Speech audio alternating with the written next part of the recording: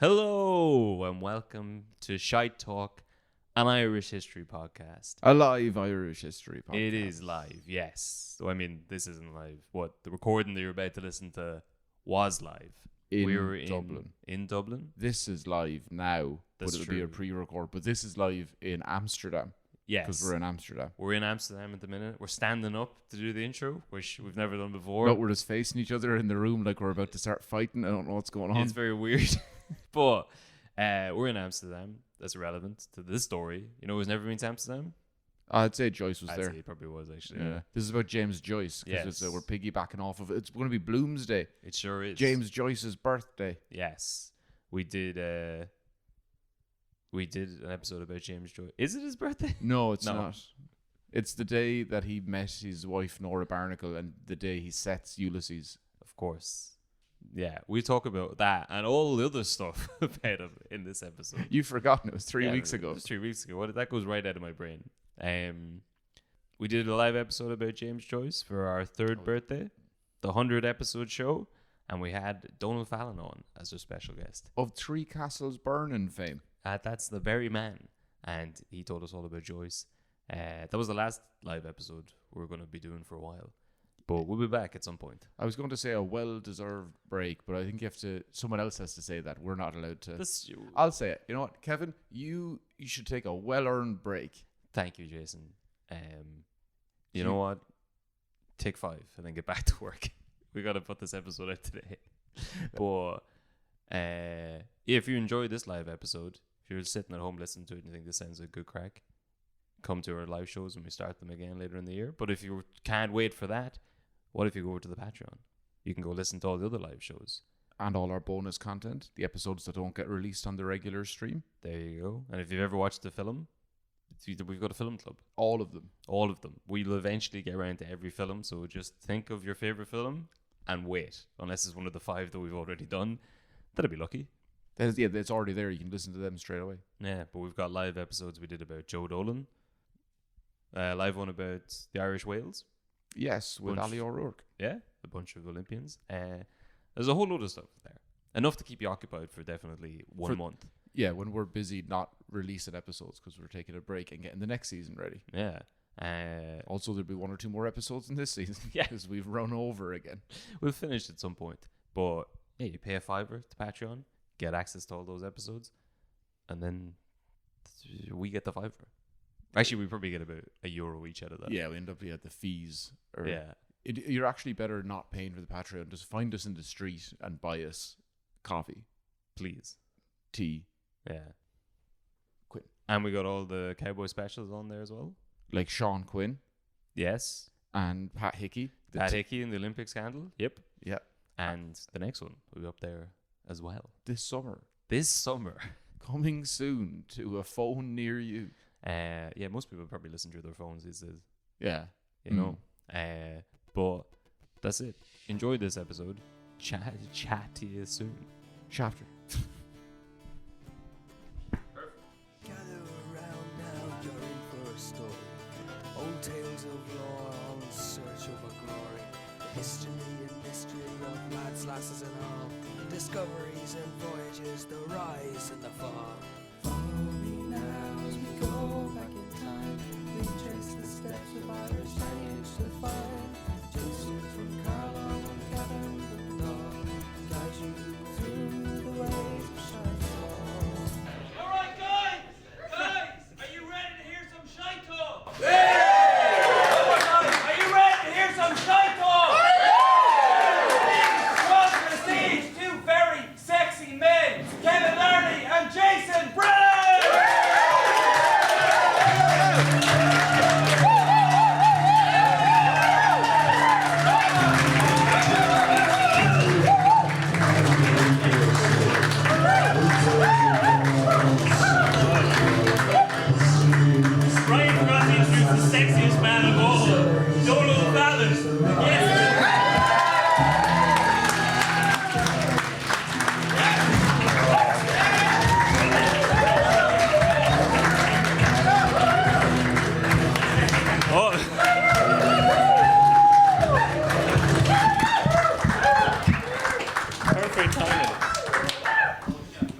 Excellent. I was like, 2 sexy men, fuck you very much. That was the aggressive introduction we go for. We give it up for Brian O'Toole.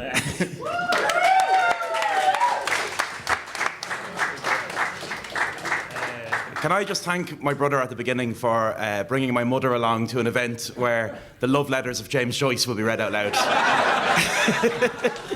We've been drawing lots backstage to see who's going to do it, and yeah, you can. Whenever we give you the signal, just cover your ears, and it goes on for about 25 minutes. We've lost the. I knocked out that cable, and now the video's gone. No one pay attention to the football. What's the Venn diagram crossover of James Joyce fans and what is it, Everton, West Ham? Or there. Oh, it's just 0. It's just this number 1. So how is everyone doing? Excellent. A collective woo and a cheer. We are celebrating our 3rd birthday tomorrow. Yeah, and the terrible 3s. Yes, this is when we're going to get into the real tantrum phase of the podcast. And also, depending on who you believe, it's the 100th episode. Yeah. Now, that's definitely a lie. Yeah, we fudged the numbers. We said we would do this as the 100th episode, and it's either somewhere between 97 and 103. So...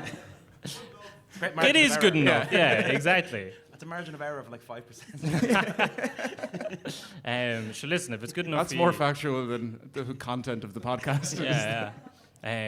But did everyone enjoy the video that was playing for the whole first bit? Oh, there we go. Yeah. We could. Well, we had one question to start off with. We could start off with this video, even though that's up. I mean, it's already there now. Is that jumping ahead too much?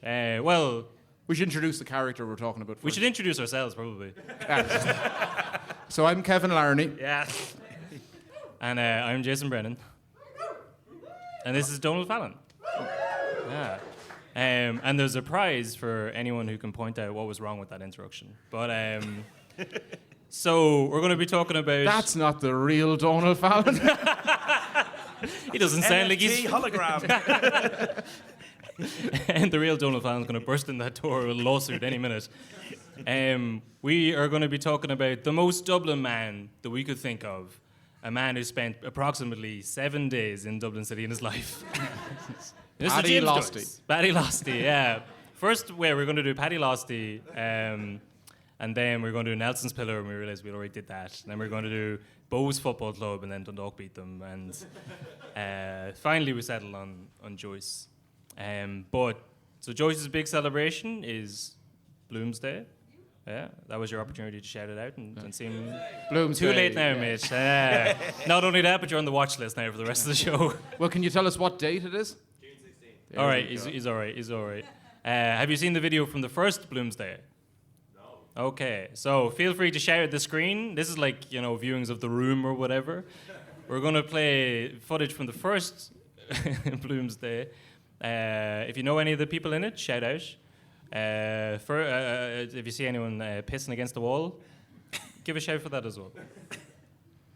There's no audio for this because it was the ye olde times, but we can imagine what they were saying. Something funny, like. Oh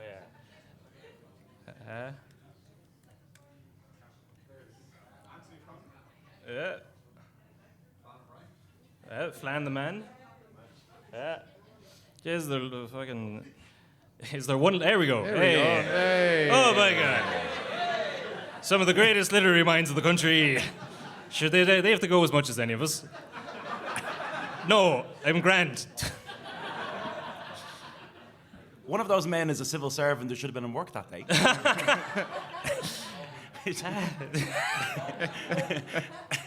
And another one is a dentist. Yeah. They look like they could have used a dentist, but... they were rare old times. Well, I have a good quote here about Samuel Beckett that day. Samuel Beckett got outrageously drunk. They kept stopping for drinks along the way, and it was said that he was thrown off the bus for causing a rumpus.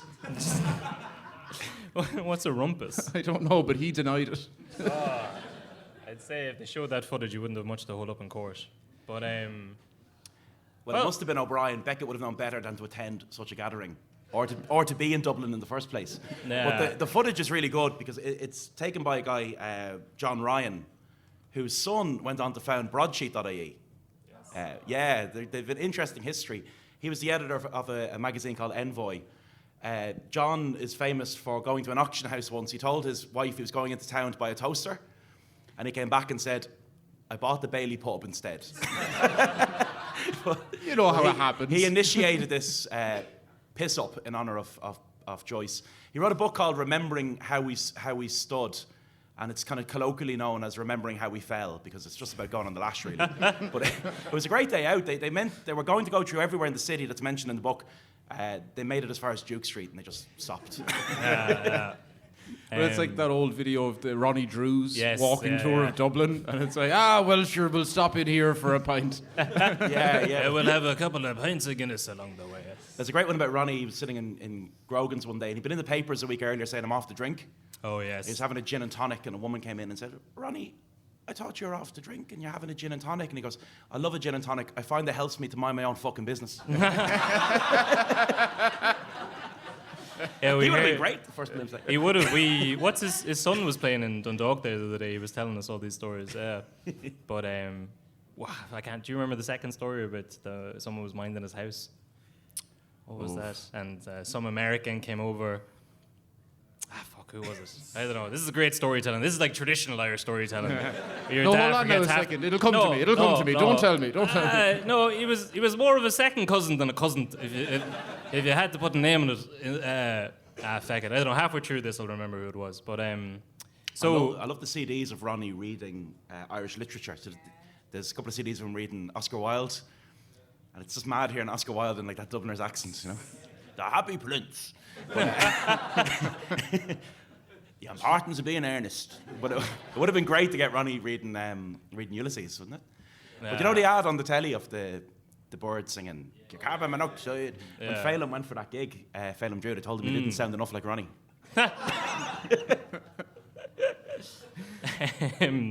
That was his big break as well.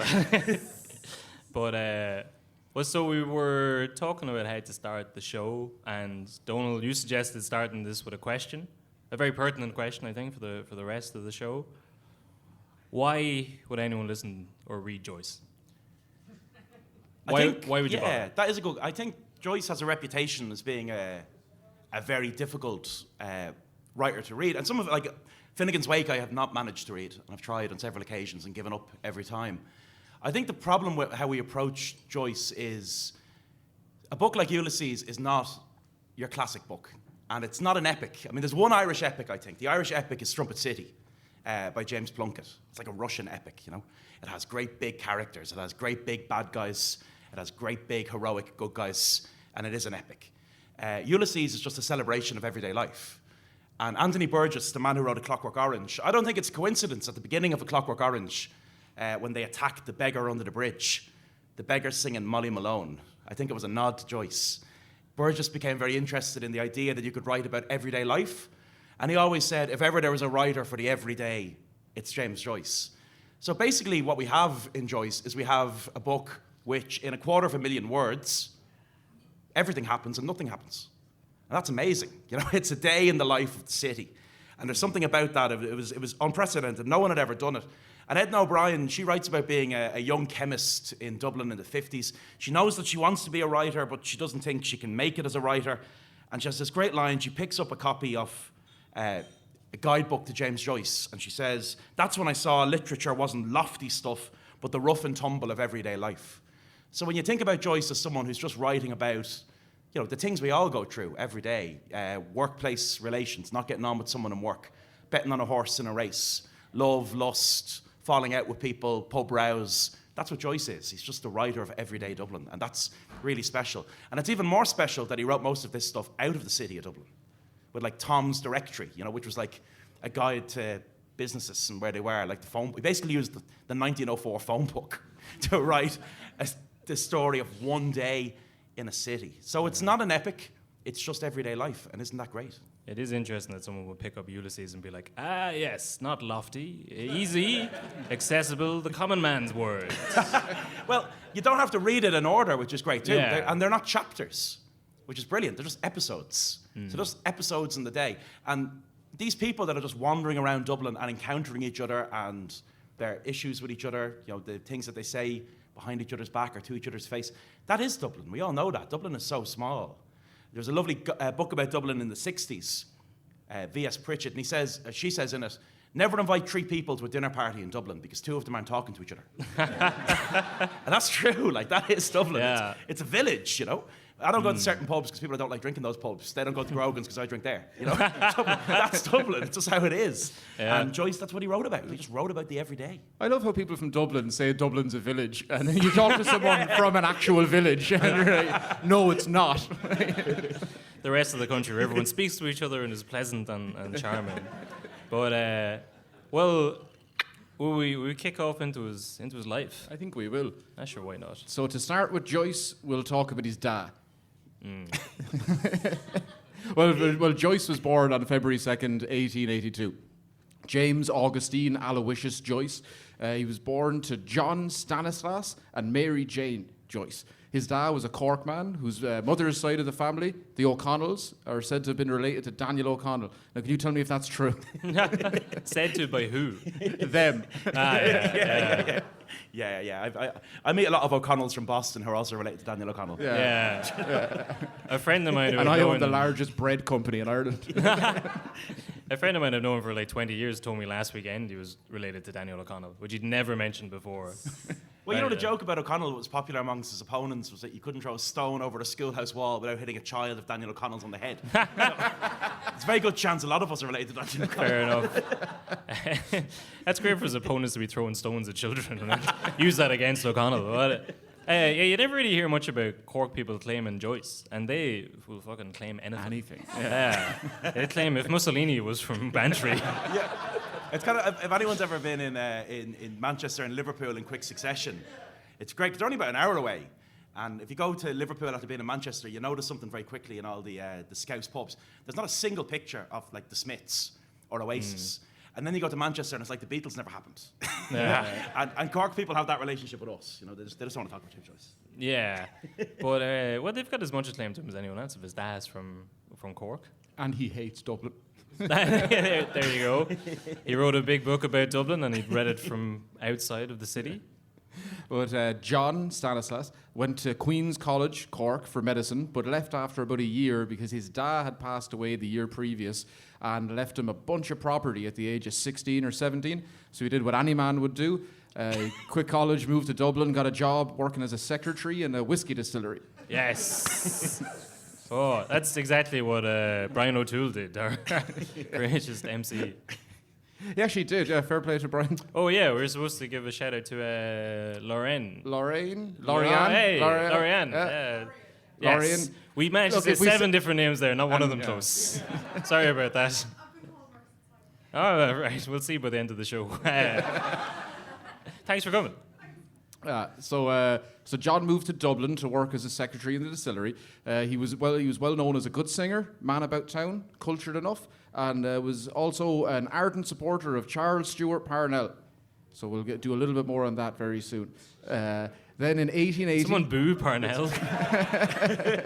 Well, we'll do a lot more on him then. That man had an affair. Yes. Shame on him. It's not right, goddammit.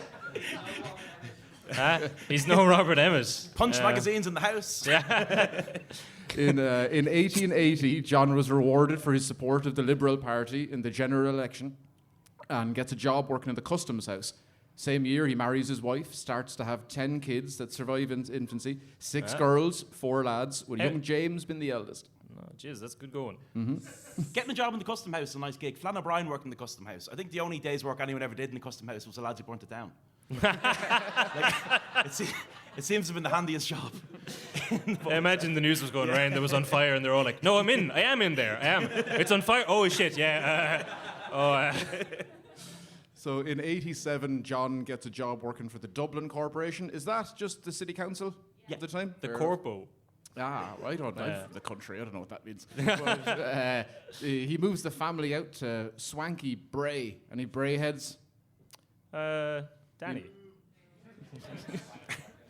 All right. Oh yeah, shit, the guy who booked us for the gig. Yeah, so there'll be no more booing.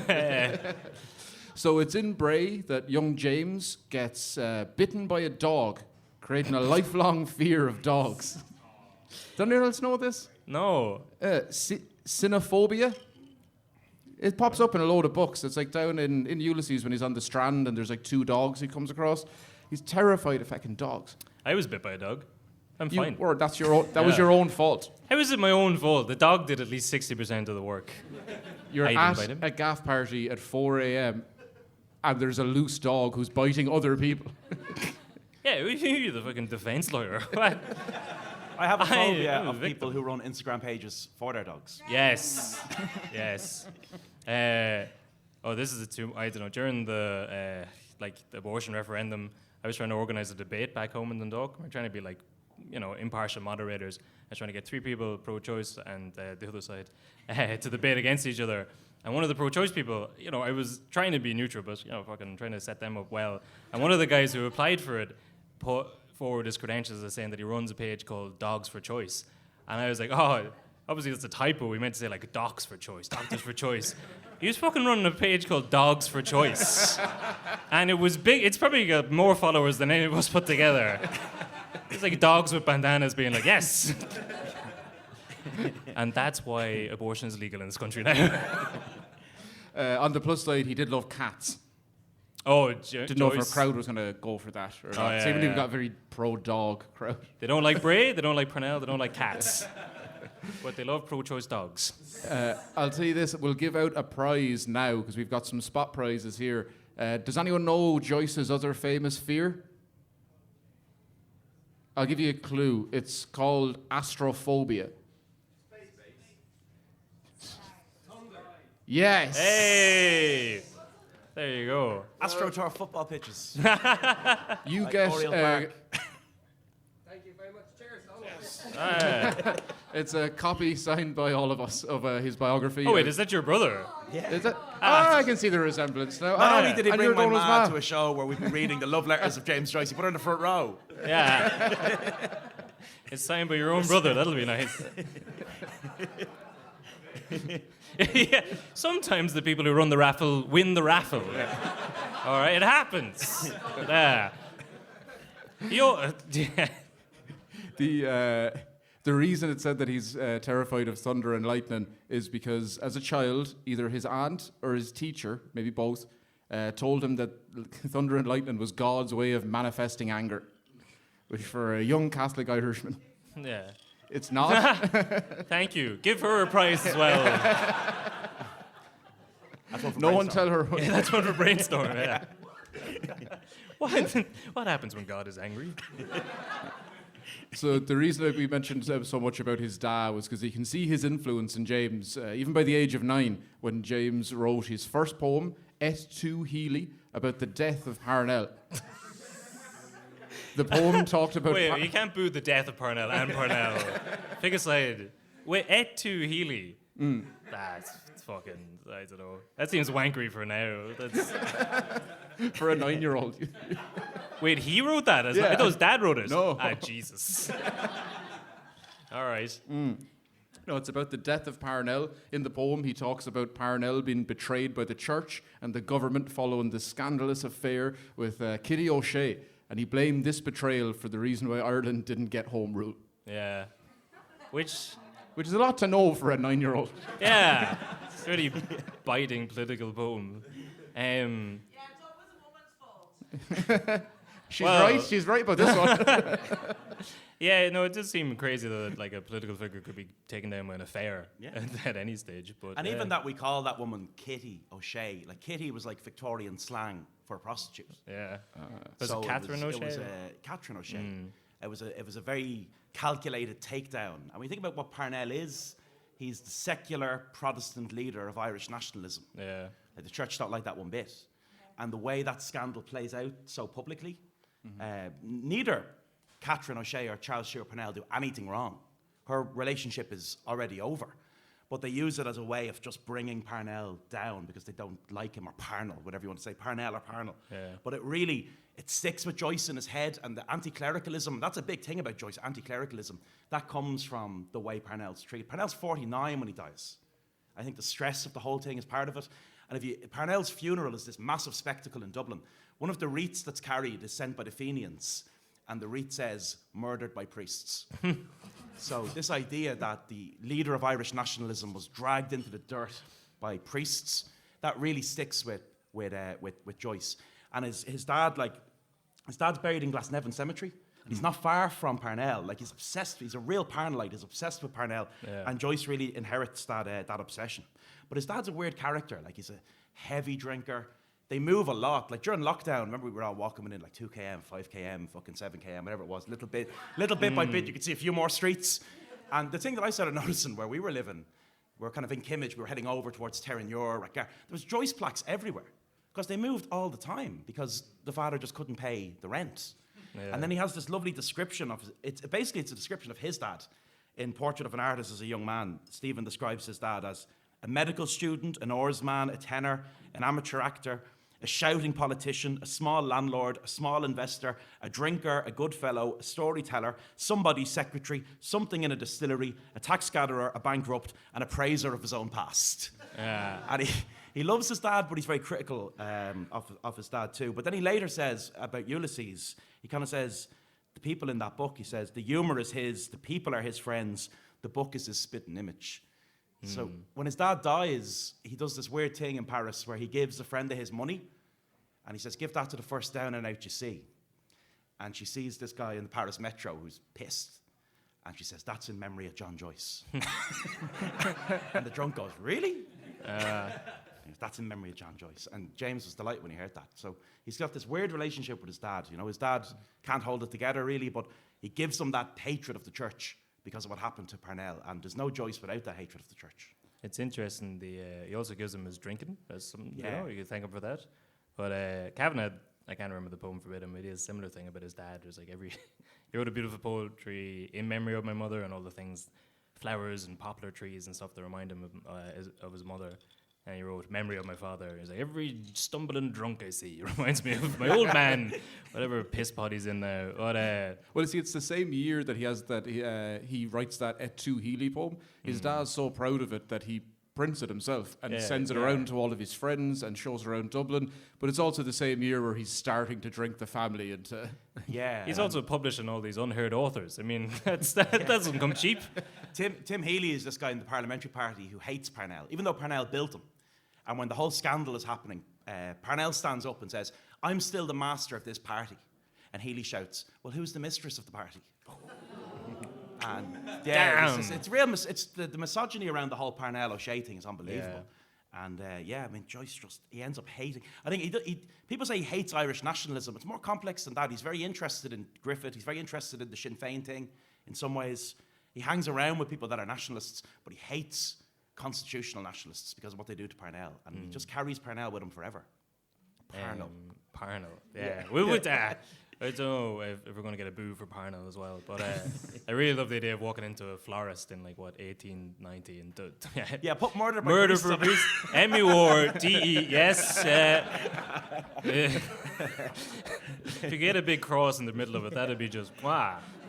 Like around the country, there's places where they just hate Parnell after the scandal breaks. He's in one place and they throw quicklime in his eye.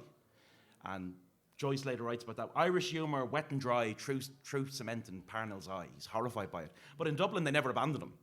And his funeral's massive. It's kind of like Dublin was saying, yeah, you did nothing wrong. So who wasn't cheating on their wife in Dublin? You know, it's as true today as it was by then. The crime is getting caught. Yeah. One person laughed way too much at that. Yeah, it'd be, I'll never be caught. I have 2 phones.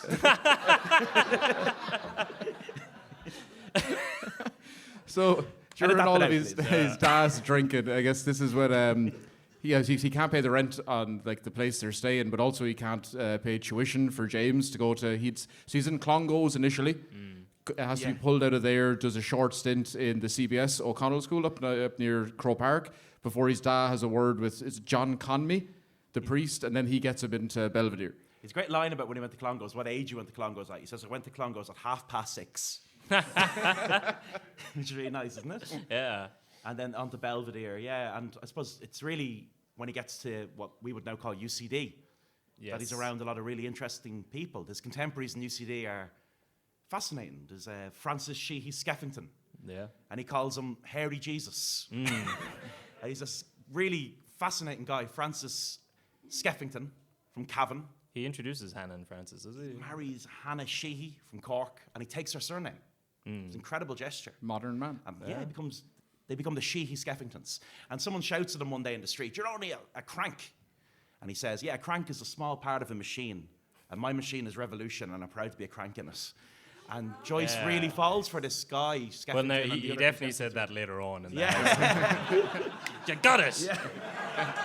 That's what I said. Yeah, That's what I said. Yeah. You weren't there. But so, Joyce like, really yeah, likes as it is. Like Trinity at the time, I suppose, is still very much a university of the ascendancy. Yeah, you have to be you don't have to be Protestant to go to Trinity, but the Catholic Church threatens you with excommunication if you go as a Catholic. So it's a Protestant university by default, but it's not Trinity's fault. And middle-class Catholics tend to go to UCD. So there's a lot of nationalism floating in UCD at that time. And he meets some incredible people. And there's a real active college student life in UCD. I couldn't imagine Joyce turning out to be the same writer if he didn't knock around UCD at the time that he was there. And there's a lovely picture of the day he graduates. They're all standing at the tree at the back of the college. The tree is still there at the back of Molly today, the Museum of Literature. It's amazing. But at that time, there was really, really interesting stuff happening in that college. And I'm sorry to say, by the time I went there, most of that had stopped. There was just heavy drinking. Well, Joyce was at that as well, I guess. Yeah. Or as they call it in Trinity College, Stillorgan IT. I thought he meant as they called it in UCD, drinking. But we call them West Brits. But you're right, though. He wouldn't have been the same writer because of the fact that, like, a lot of the characters he's talked about in his books are people from that time. His friends, like Buck Mulligan in Ulysses, is Oliver St. John Gogarty. Gogarty's just over the way, right beside Joyce's statue. He's actually one of the kind of worst influences on his life. Oliver St. John Gogarty is this kind of rank and tear. He's a Bohemians footballer at one point, before they were woke. His behaviour is very bad. When it comes to women, he wouldn't last there now. But like he's a medical doctor. He's a man about town. He likes to jump in the Liffey to impress people, how good he is at swimming. Nice. But he also likes knocking around Monto. And he brings Joyce there on many occasions. Yeah, let's talk a little bit about which would Monto. come back and haunt Joyce in some ways, in terms of his long-term health. Yeah. He writes a eulogy for Monto, Gogarty. Where are the great kip bullies gone, the bookies and outrageous whores, who we so gaily rode upon when youth was mine and youth was yours? That's amazing, isn't it? Like, that's an account to go to brothels. Yeah. But Joyce becomes entangled in this world of, madness, in some way through Gogarty's influence. And so when did Monto stop being Monto?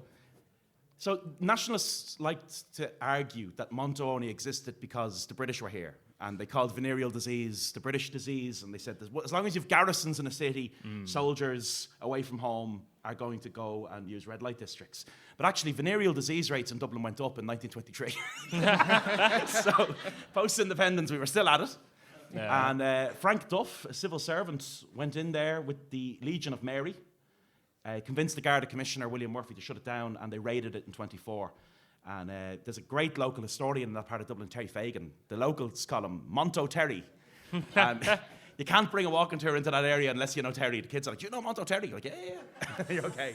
But he's written the history of Monto. It's extraordinary that it lasted as long as it did.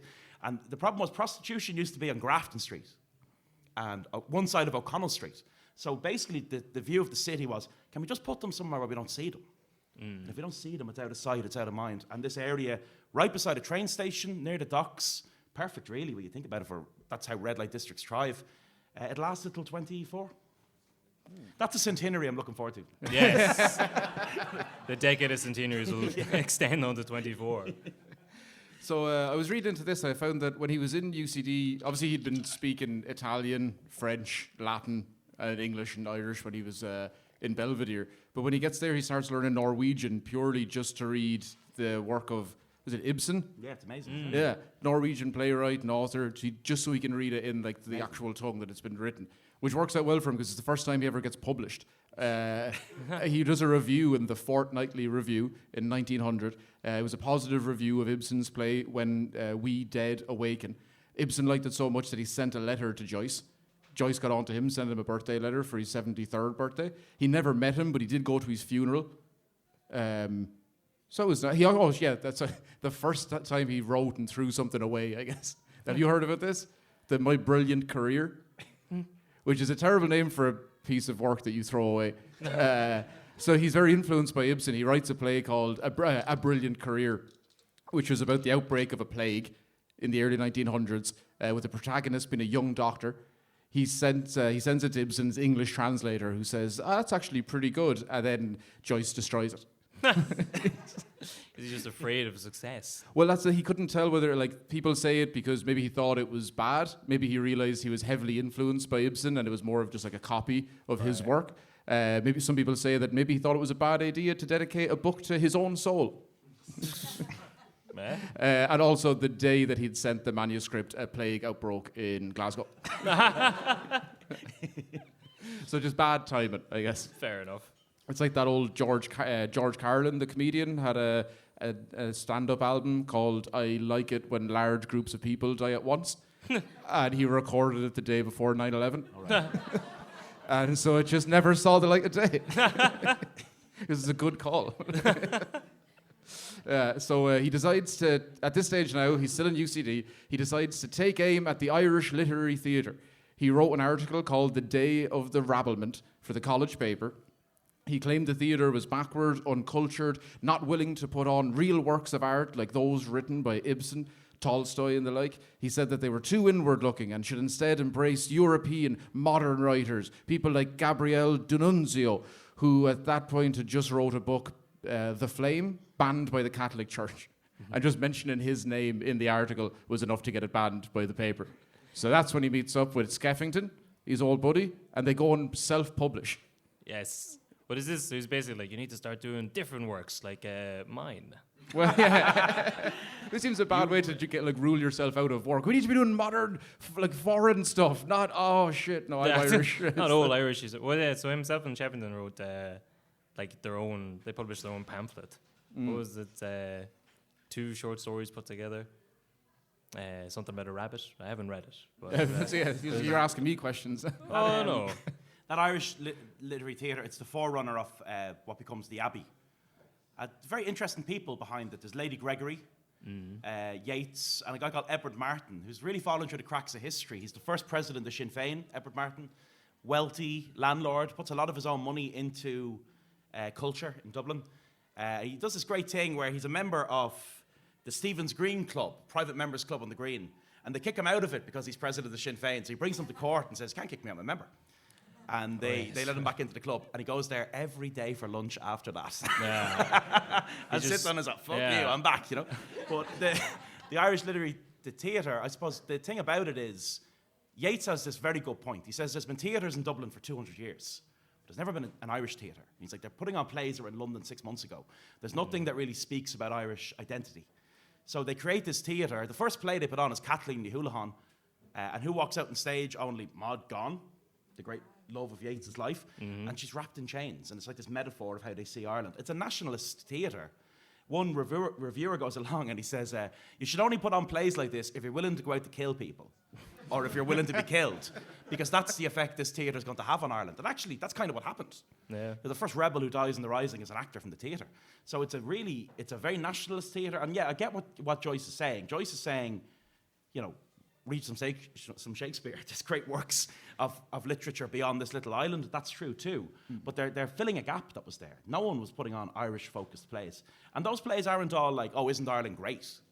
When you look at something like The Playboy, The Western World, like they're willing to put on plays people don't like, but there's still plays about Ireland. Yeah. And that's the job of that theatre, they think. It opens in the old city morgue. It's kind of a mad place to open a theatre, isn't it? The Abbey. Yeah. But Yeats, I suppose he was kind of into that. He thought, like, Yeats was obsessed with the spiritual world, this idea of a great cultural rebirth happening in the I old was going to say, city just morgue. judging by the heat that's in this room right now, I kind of wish we had picked a morgue. But not long after Joyce graduated in October 1902, he considered studying medicine, much like his dad. But early into that path, he realized, literally a month in, that he realized he wouldn't be given a position to tutor to pay for his fees. So he didn't bother. He went to France instead because he got accepted for medicine over there. So he went over and he dropped out there after a month. He's like a 21-year-old living in France. Yes, he spends most of his time in libraries, reading, writing, and then writing letters home, asking his destitute family for money to support him. How's he supporting himself at all at this stage? Like, By his destitute family. right, sending yeah. him. So, And I really like that some of the people who support him are people that he's kind of slagged off. So, like Lady Gregory, he's had so many pops at the Abbey, but Lady Gregory reaches into her pocket because she knows there's something in this young talent. And Yeats is a kind of champion of him too.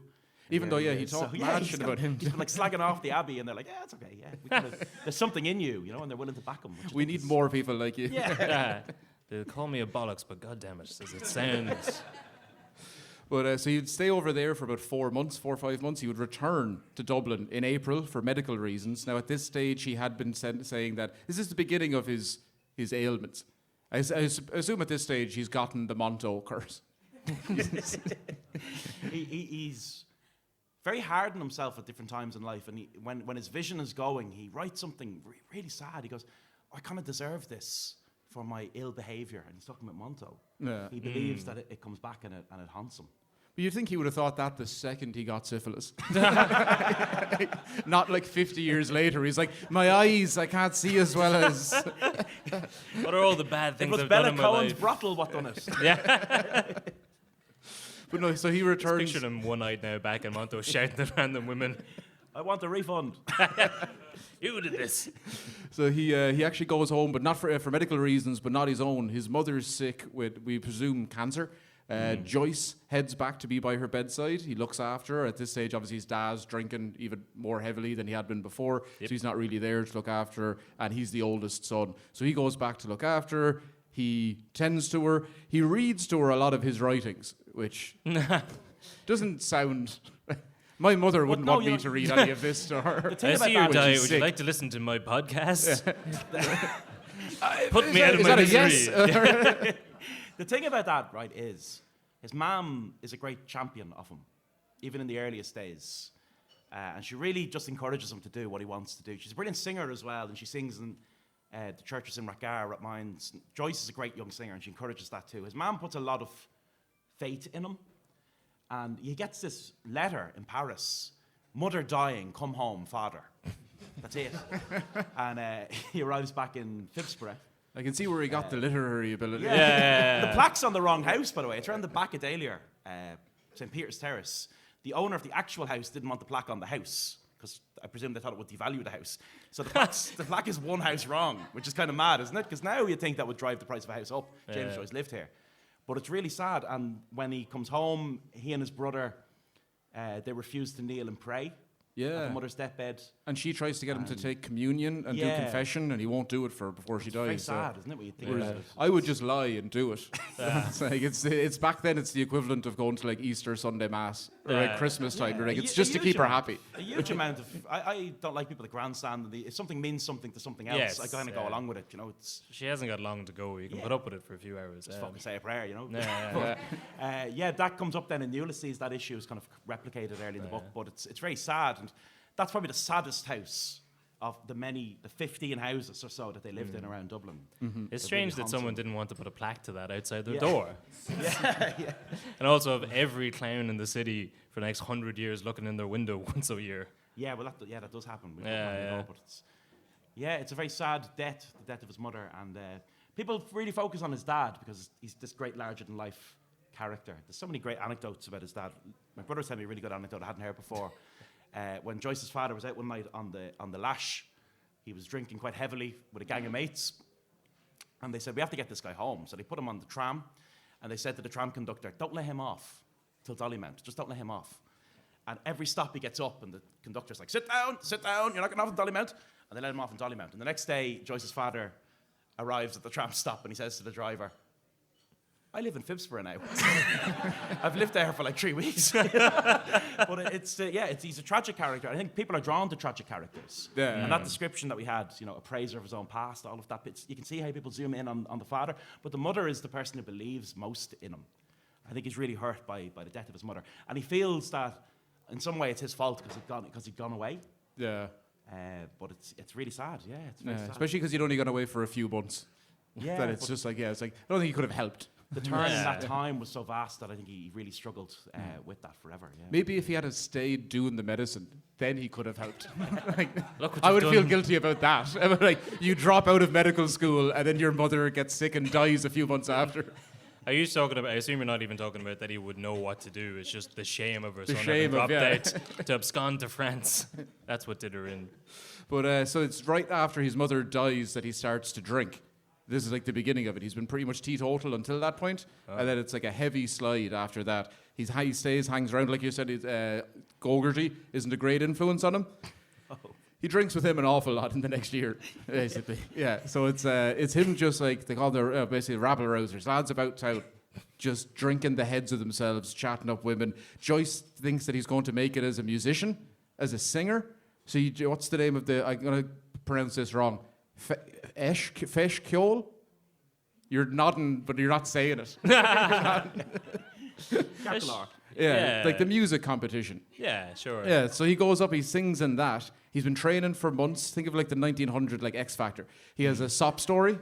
Ma just died. Yeah. Good. It's That going plays to be a well. real good piece to camera. Yeah. He goes up, he sings 2 songs. You have to do 3. First 2, he absolutely smashes it. Comes to the third one, you have to sight read all the music.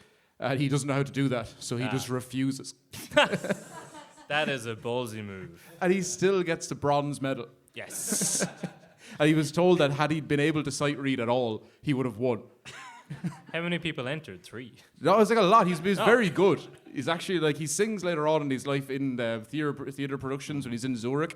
Like he would sing off stage. Okay. Yeah. We're getting very close to the end of the first half now, so just stick with us. So he's at this stage now. He doesn't mind too much. He gets the bronze medal. He gives that away to his auntie because he doesn't care about it. He's offered free singing lessons. He turns those Sure, down. she's 'cause it's delighted with that. like, well, it is bronze. Yeah, what are you It's going to money. do? Sell it? Yeah, fair enough. Burn yeah. it and then sell it. Melt it, not burn. Yeah. Yeah. But so he was busy enough at this stage. He didn't really care about the singing too much because he'd started to get some writing acclaim. So some of his poetry at this stage had started to be published. Some more is rejected, and after that, some more is rejected, and after that, some more is rejected. But he has another crack at the Irish literary revival. More rejections sent his way. And then he finally gets 3 short stories published in the Irish Homestead.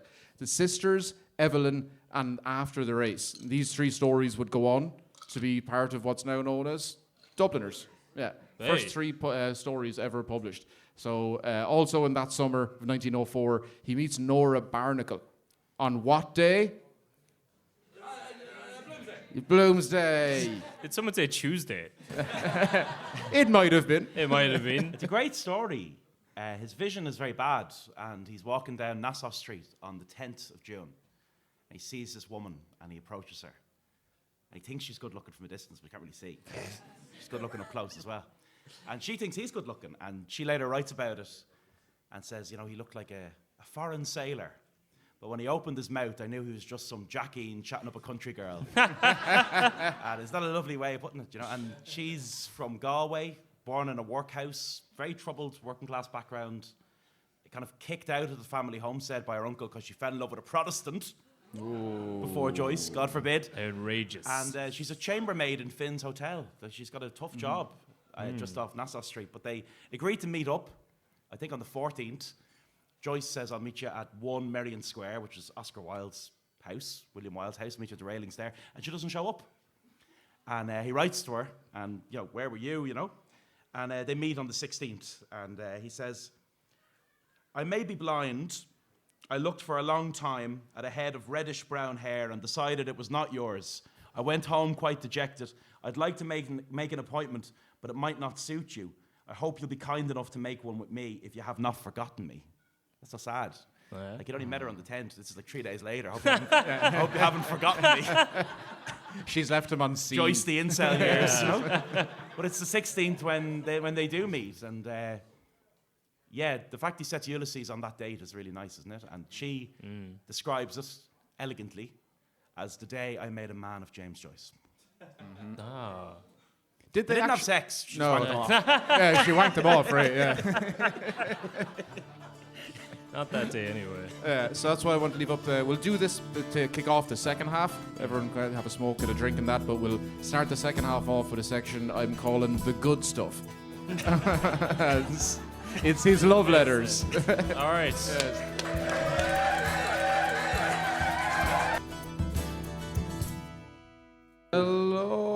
Hello again, and welcome back. Hooray. So we're gonna kick off the second half with something a bit fun. If you're really enjoying that scratch card stuff, that's got nothing on what's coming up next. I lost the draw for this, so I'm gonna read out some of Joyce's letters to Nora. Remember the romantic story from the first half where they met on Nassau Street and he was bleary-eyed and they met up afterwards and exchanged pleasantries. She made a man out of him. Forget all that stuff. Yep. It's on. If we do it on that, we'll put it up on the big screen. So I don't want to subject people to that. Now I'm Kevin Larney. He's I right. guess does anyone know which one of? Like, No. that doesn't matter. Ever. Well, I'll tell you this: Kevin's the one wearing a shirt that has his own name on it. Yeah. I say shirt; it's a vest. It is. It's very warm, and I can't take it off.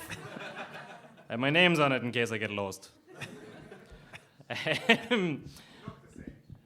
Yes, that's true. Yeah, that doesn't really come across in the podcast form, but we have it in our writer that one of us has to wear glasses at these things. So I'll start off with. Yeah, there's a lot of. He wrote a lot of letters. We don't have any of her letters back. He's kind of like Paul to the Corinthians in that sense. There's a lot of stuff going out. We can only assume that she was writing back to him. Well, like, when they leave Dublin, he's 22, she's 20. Yes. He's back in Dublin for a little while, where he has this mad idea of establishing a cinema in Dublin, which he does open. Which he does from. Does he come Yeah, up with that in Trieste? Where Penny's is. Yes. He gets that influence from the cinema in Trieste, which is doing really well. So he opens the Volta, where Penny's is on Mary Street. Problem is, there's no British film industry yet. There's no Irish film industry at all. So he's showing reels that are kind of aimed at an Italian audience, and they just bomb. People go along once just to see what it looks like, but then they stop going. And while he's in Dublin, he's writing these letters back to Nora. He often writes a letter, sends it at night, and then the next day sends another letter saying, I hope this arrives before the last letter. And if it does, don't read the last letter. Yeah. And I suppose it's the equivalent of this message has been deleted. on Yes. WhatsApp. Delete message for you or for all participants? Yeah. All participants. All Please, participants. God. Which even in sending emails, it's ridiculous that like return email isn't an immediate button. You have to go into a settings. But the first bit I have, is a note to that. And like, I know in this show we kind of talk an awful lot about like, it's an awful lot like modern times. This is literally a man walking around hungover, scribbling a letter, desperately being like, please, for the love of God, read this one before the one I sent you last night. He said, I want to know when was there a late night postal service? it was the olden days. They had postal 24/7. That was the greatest side effect of the 1960 Rising is that the country folk couldn't get their post for 2 days. But, so this is one of his letters that he wrote in the morning. Today I stopped short often in the street with an exclamation whenever I thought of the letters I wrote you last night and the night before. They must read awful in the cold light of day. Perhaps their coarseness has disgusted you. I suppose the wild filth and obscenity of my reply went beyond all bounds of modesty. So, let's find out what he was talking about there. Nope. Fuck. This is the point where you said you'd cover your ears for the next little bit. Mrs. Fallon.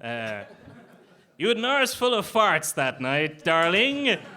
And I fucked them out of you. Big fat fellows, long windy ones, quick little merry cracks, and a lot of tinny little naughty farties ending in a long gush from your hole.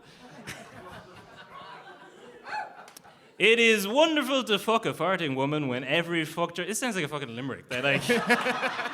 Oh, it's wonderful to fuck a farting woman.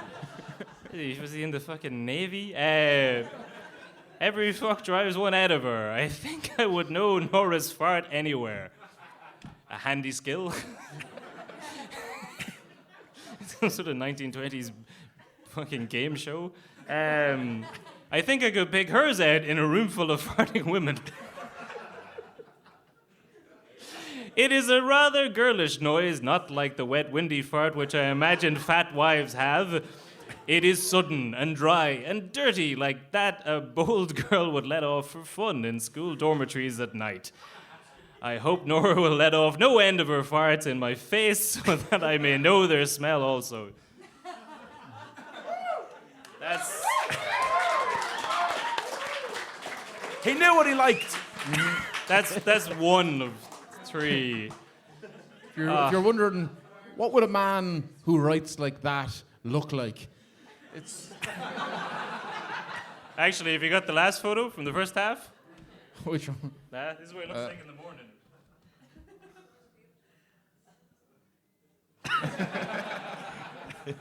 That's going back to the cold art of day. I realize now what I've said. You up? What was I thinking? Yeah. Someone's sending you letters pretending to be me. And they have my handwriting. I've been hacked. Yeah. Phone hacked, please ignore. Don't answer any letters from my address. I don't know. There's 3 more here. I don't really want to read any of them.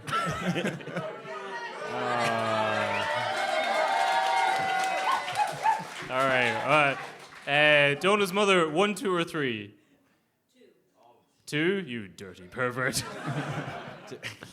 Up the rat. What? How did you know the opening lines? Up the Nora is what I was at last night.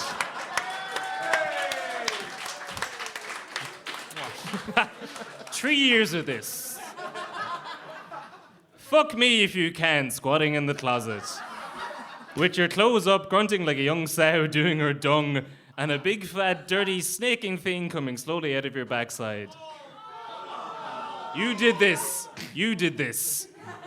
Fuck me on the stairs in the dark, like a nursery maid fucking her soldier, unbuttoning his trousers gently and slipping her hand into his fly and fiddling with his shirt and feeling it getting wet and then pulling it gently up and fiddling with his 2 bursting balls. And I can see the long-running sentence, the structure. Yeah. It's like a stream This of is early consciousness. Ulysses, yes, Yeah. interesting. This is not a stream of something We haven't else. had a full stop yet. And at last pulling out boldly the Mickey she loves to handle and frigging it for him softly, murmuring into his ear dirty words and dirty stories that other girls told her and dirty things she said, and all the time pissing her drawers with pleasure and letting off soft, warm, and quiet little farts. I thought we could get through that one without the farts. Yeah. It was... There is a good argument here. Like, things like that, should they be published? No. And what I mean by that is, in the early 19th century, Wolfe Tone's son published his dad's diaries, Yes. which revealed the heroic father figure of Irish republicanism to basically be a total pisshead. There's great lines in it, you know. Fell over the table last night, huzzah. There's another lovely one. Matilda said be home by 3 o'clock. I was home at 3 o'clock by some people's watches, if not my own. And it's like, do we need to know what Joyce got off on or about Wolfe Tone's drinking habits? Maybe people in history have the entitlement. Judging that by little the bit of privacy. rapturous the man. applause of the audience to make him do it. We do need to know. Well, let's see. Would you like to hear the 3rd one? No. Danny, the proprietor, has just walked in, so we're going to stop reading this filth now. But, well, no, 'cause from the Wolfe Tone thing, one of the earlier stories we did was Richard Humanity Dick. And Wolfe Tone factors into that in that he got kicked out of Trinity for being the second in a duel. This doesn't show up in like Wolfe Tone's biography. And then he went over to, I don't know, be sort of tutor to Richard's children or something. And he worked there for a summer in Galway and spent the entire summer trying to fuck Richard's wife. Which shows up in these letters. But It's this great bit where he meets Thomas Paine in Paris, and he doesn't really like Thomas Paine. He thinks he's much smarter than he is, and I don't really like him. But then at the end, he's like, he's a great drinker. Kind of won his admiration. a fierce man for the pints. We'll do the short one, and then we'll go back for the proper readings then afterwards. All right. So this is the last one. But you're right, because this is. Imagine like any of our texts to like our partners then being read 100 years later in a fucking podcast. It's obscene, and I won't stand for it. And after this next 2 sentences, we're done. My sweet little whorish Nora, I did as you told me, you dirty little girl, and pulled myself off twice when I read your letter. I am delighted to see you do like being fucked arseways. And that's all my time. Goodbye, everybody. One of the greatest literary minds of our time. Half the crowd are chucking their phones in the liffey in about half an hour. Oh, yeah. And that'll do nothing. No, podcast on me. The damage is already done. It's on the cloud somewhere. Yeah.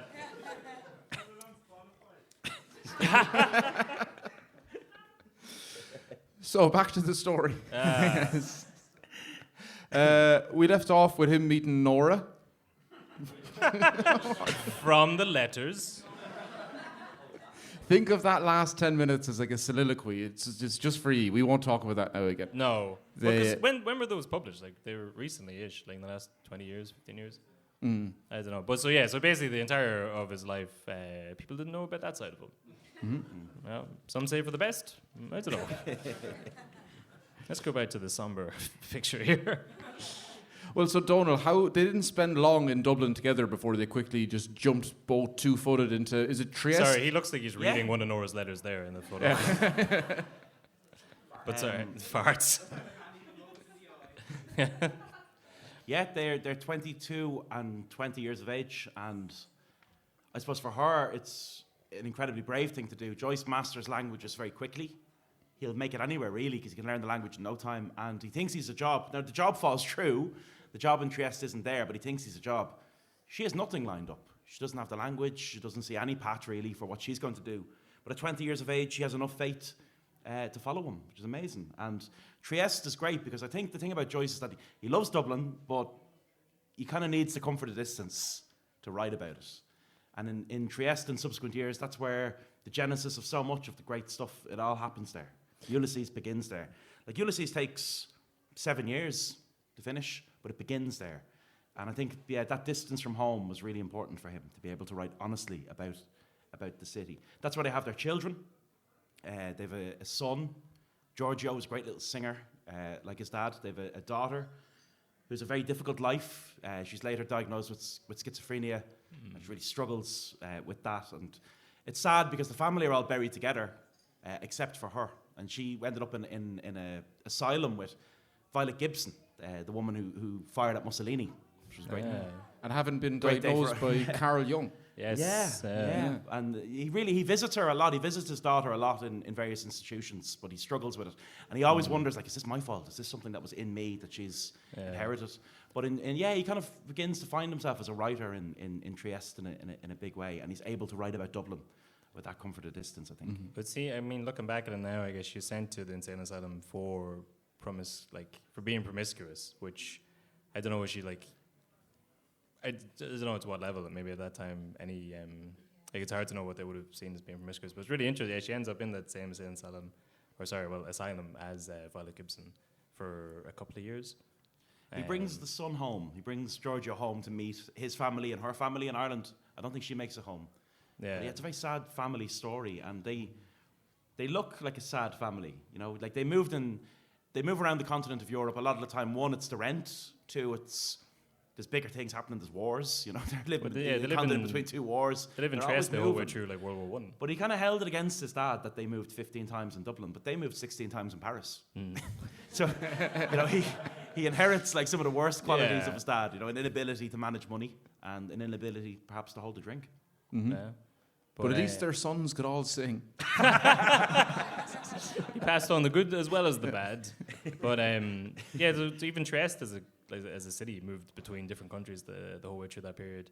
But I was in Trieste years ago, and then just before my brother moved into the National College of Ireland, NCI, down there on Mare Street, near the Docklands, and we came back, and he just moved into Trieste apartments just after we came back from Trieste. Neither of us ever heard of the place. And the 3 apartment blocks in there are Trieste, Zurich, and Paris, named after the places where Ulysses is written. Because it's much nicer to say you live in Paris than Sheriff Street. That's... it softens all the country mothers sending their sons off to live in the National College apartments. Much easier to say you live in Zurich or Paris than Trieste, Dublin too. Yeah. But like they're It's also somewhat easier to be productive and artistic when you don't have to work anymore because you get your brother to come over to work to support your family. That is handy, yes. Yeah. Yeah, which is pretty much his younger brother Stanislas, which is he describes as his whetstone. Which is nice. That's what Kevin calls me. Yeah. but they don't marry until the 30s, and they only marry because they're worried about inheritance. So they maintain this kind of attitude towards religion. And at one point, when she's trying to get Joyce to stop drinking, she threatens, if you don't stop drinking, I'm going to baptize our children. Joyce's like, Jesus! He stops drinking for a period. But they're an amazing couple. And I mean, she gave up so much. And there's a lovely book. It's a historical fiction book. It was the One City, One Book choice this year. It's called Nora. And it's a really nice read. And it's nice to see her getting that bit of attention now, because Joyce couldn't have done it without her. You know, he needed the support of her. Yeah, and her making him stop drinking. Yeah. it does feel like reading the chronology of it. It kind of does feel that once he stops drinking, he finally finishes the things he's been working on for years. Behind every good man is a woman telling him to please stop fucking killing yourself. Put it down for 10 minutes. Because at this stage then, he's already been working on, like, the stories he was reading to his mother on her deathbed was a thing called Stephen Hero, which had previously been titled Portrait of an Artist, and that 900 pages of Stephen Hero would eventually then be thrown out and then brought back as like a 200-page manuscript to Portrait of an Artist as a young man. I really like the idea. Hey, so you have to wait There for you go. one person to... That's one of his books. Yes. I Do you know really he like the wrote- idea of his mother giving him notes on her deathbed. Cut that chapter. The first 200 pages, fine. The second 700... It's funny, like, it opens with that row at the family dinner table about Parnell. So this obsession with Parnell is still there. But one person who read that book and really said, geez, that book like changed the way I thought about the world, Huey Newton from the Black Panthers. Oh, yes. He thought it was amazing that you had this Irish character who was challenging Irish orthodoxy. And he says that was a big influence on me in my family. The way he writes about it's great. He says, I identified very strongly with Stephen Dedalus. He went through a similar experience. He felt great guilt when he questioned Catholicism, believing that he'd be consumed by the fires of hell. In a way, that is what happened to me. And Huey Newton wrote about how he liked the metaphor Joyce used all the time about swine and Ireland, you know, eating its young and all this. And I wonder, on one level, is that where the Black Panthers, referring to the cops as pigs, came from? Mm-hmm. But Newton talks about the influence of Portrait of an Artist on his political thinking. And if you look at that Rage Against the Machine album, I can't remember, one of the Rage Against the Machine albums, you open it up and the sleeve is a load of books that inspired them. And there's Guerrilla Warfare by Che Guevara, and there's Frederick Douglass' Narrative of a Runaway Slave. But one of the books is Portrait of an Artist as a young man. So it had this surprising impact on Huey Newton. But to open a book with a dinner table row about the priests and Parnell was really bold. Yeah, it was really bold. And it shows you just can't get over it. Yeah. Just one more time. Just hear what I'm saying. But so he goes to Rome for about 7 months because he loses his job. Because is it the Berlitz Language School? The owner of that runs away, embezzles a bunch of money and leaves. So then there's only space for one Joyce brother, and James is like, okay, well, Stanislas, you can have it. I don't want it. He just moves to Rome, works in a bank, and then he writes The Dead in Rome to finish off Dubliners, which is then, I guess, the start now of all of the things you've heard about him before section of all the books. But yeah, so The Dubliners, difficult for him to get it published. Mm-hmm. He insisted on having all the names as they were in his book. Which is why it was difficult to get published. Yeah, exactly, yeah. Because I think when you go back and read a lot of stuff from that period, I think you'll see a lot of names that are like, you know, Jason Brennan would be like J-B-, and people at the time know who you're talking about, but you're kind of skirting around. But it seems, because what age was he when he got that published? Like 24? No, a little bit older than that. Was But it- still, Dubliners, if you've never read any Joyce, Dubliners is where to begin. It's just this great collection. It might be the best collection of short stories in the English language. but the audacity to insist on like having all of the names and having it exactly right when it's really his like first work, when he isn't got a leg to stand on, he's like, you fucking do it exactly as I say, or I walk. And it's probably the worst timed book. He's trying to publish it at this moment where this very strange thing happens in Ireland. This thing called the Irish Vigilance Association. It's born in 1911. It's founded by this lunatic priest. And he has this great line, this priest down in Limerick. He says, you know, Father Devane of Limerick, he says, certain measures have to be resorted to show that the people are behind the movement. There are only two alternatives in stamping out evil literature, law or terrorism, and we'll fall back on terrorism. And there's a moment in Limerick in a train station. It's funny now, it's not funny at the time, where English newspapers are pulled off a train by basically a priest and his followers and set on fire on the platform. Yeah. And publishers in Dublin are a little bit like, these people are serious. They march through the streets with a banner that says picture houses equals sewage. And they're really adamant that there's not going to be what they call evil literature in Dublin. And the printer who's supposed to print Dubliners gets onto Joyce and says, we're not printing this anymore. We can't do it. And they write to him and say, the book's implications were anti-Irish and therefore out of keeping with our aims as an Irish publisher. I don't think they ever read the book. I think they were just frightened by the time. So that was maybe when Joyce could have been brought back, could have been won back. But the atmosphere in the country around Dubliners, I think that was the final break. I think that he says that himself basically at some point where he's like, yeah, there's no point in me being here. He didn't come back for the last like 30 or 40 years of his life. He's just like, I'm done. He never set foot in independent Ireland. Yeah. Which is amazing for someone who died in the 40s. In 41, yeah. But even at that stage, he spent so much time in Italy, so it is, I mean, can you put an awful lot of stock in him being like, that's it, right? I'm really not coming back now, even though I've had all my children got married here and moved to Rome. Well, so it's he moves to Zurich after Trieste during the war, and it's Not the insurance company, the city. yeah, you're right. Fuck all countries who are neutral. Yeah. That was our thing. Yeah. You've got chocolate and clocks. You leave neutrality to the Irish. Yeah, so he moves over there. That's when I guess. So we talked about this before. Lenin, Vladimir Lenin. Yeah. Yeah, he's in Zurich at the same time as Lenin. He goes to the same cafe as Lenin. It's really interesting to ponder if they were ever there at the same time. And if they were, you know, James Connolly's son, Roddy Connolly, met Lenin in Russia, in Petrograd, in 1919, I think, 1918. And he remembered, Roddy Connolly, that when Lenin spoke, he went, oh, fuck. They say that Lenin learned English in London from a guy from Rathmines. So he spoke And when you with learn him, a language from someone, so if you went to a Gael school, you probably speak, not unlike the teachers who taught you how to speak Irish, you know, Donegal Irish or, you know, West of Ireland Irish. But he said, Roddy, that Lenin spoke with a Rathmines accent, which is really funny. So I love the idea of Joyce in a cafe in Zurich, hearing Lenin in the corner with a South Dublin accent. Isn't that brilliant? Yeah. if that ever came to be. But also to be the voice of communism and anti-bourgeoisie and also speak with a D4 accent. Yeah. It's a mixed bag. The bourgeoisie, oh my God. Capitalism's so done. Yes. We call it fucking love the bougie now. proletariat. We must seize the absolute means of production. Absolute. Absolutely sending the means of production. So he's. A few glasses of Heino and we seize the Winter Palace. How much more can we milk out of this? Hey, we can get another 20 minutes. Joyce died or something. So, a quick note about how he kept the family's head above water, like financially. He had a lot of great patrons over the years. Then he would fall out with them as well. He had Edith Rockefeller McCormick, who fell out with him over. She studied under Rockefeller, the rich people from America. Them.